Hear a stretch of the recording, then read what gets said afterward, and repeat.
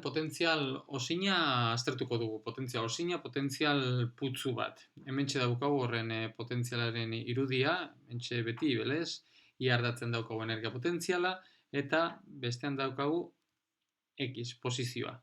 Ikusten duzuenez, A zabalerako tarte honetan, jatorrearen inguruan dagoen A zabalerako tarte horretan, energia potentziala 0 da, eta kanpoan daukagu balio finitu bat, V0 da horren balioa. Berriro, hemen tarteka ere energia potentziala konstantea dugu, eta hau izan daiteke balako putzu baten eredu simple bat, putzu finito baten eredu simple bat, ze ikusi dugu ja putzu infinitoren kasuan ze emaitzak ditugun. Hemen ere, segun eta zein den daukagun energia, V0rekiko, emaitzak diferenteak izango ditugu. Adibidez, lehenengo kasua energia V0 baino txikiagoa badugu, orduan klasikoki gertatzen dena da, bakarrik putzu honetan, putzuren barruan, A zabalerako putzu horretan partikula egon daitekela. Ze kanpoan ezinezkoa da, ze energia zinetikoa negatiboa izango litzatekelako. Orduan, baimendutako zonaldea mugatua eta finitua dugu. Eta hori dela eta orduan, espero dugu beraz, ikusi genuen bezala energia diskretizatuta egotea, eta bakarrik balio batzuetarako posiblea izatea. Eta hemen izango ditugu egoerak lotuak izango ditugu. Beraz, ea horrelakoak lortzen ditugu. Aldiz, hori kuantikoki, bai. Klasikoki, badakizu zer dugun, partikula errebotatu egingo luke hormetan, hortxe momentuan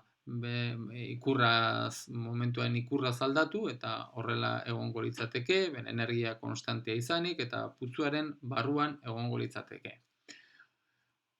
Hurrengoa, energia V0 baina handiagoa den kasuan. Orduan, kasu honetan, ez dago leku putzuaren barruan mugatuta egongo, zonalde guztia mugitu egingo litzateke, kanpoan egonik energia zinetiko bat izango litzateke, honen balioa da justu energia ken V0, izango litzateke energia zinetikoren balioa, eta putzuaren barruan sartzerakoan energia zinetikoa onditu egingo litzateke, ze energia potentziala txikiatzen dalako. Eta gero berriro eskumarantza joaterakoan, berriro energia zinetikoa txikitu egingo litzateke putzu horretatik ateratzerakoan.